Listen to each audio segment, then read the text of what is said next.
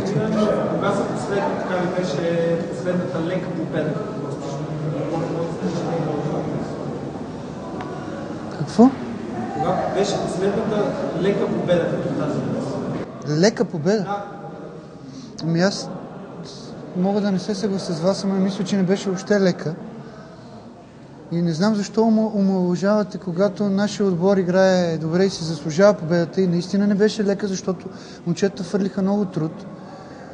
И точно хора като вас си позволяват да казват, че отбор е изпаднал. Което реално не е така. За да вие сте хората, според мен, които трябва да правите първенството интересно, а не да ни мачкате и да ни правите на маймуни, след като сме загубили с 5-0 миналия матч и всички да казвате, че сме слабаци и че сме изпаднали. Ето, днеска ви доказахме, че не сме такива и няма да се предадем до края.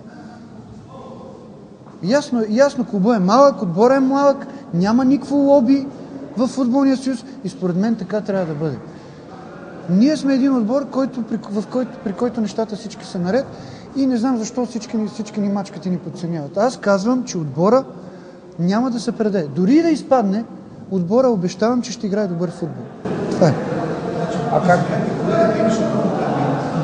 Никой не казва, че сте играли с това. Това не е ваш проблем, но все пак идеята, че Локомотив София няма нищо общо. Ама това мой проблем ли? Добре, това, че играха домакините безобразно, не намирате ли поне малко вина в нас, крайна сметка? Защо само сте свикнали да критикувате? Защо не кажете, браво, отбора да игра добре? Нещо да чуя положително. Вие само критикувате. Това си е ваш проблем, аз ви казвам. Щом вие така се държите с нашия отбор, аз съм единственият човек, който ще го защитава. Пред вас. Така че аз съм човека, който се явява и ще го защитавам до край. А как ще коментирате днешният двубой от ваша гледна точка и с какво видима превъзхождаше Локомотив днес? С всичко. С всичко, с абсолютно всичко.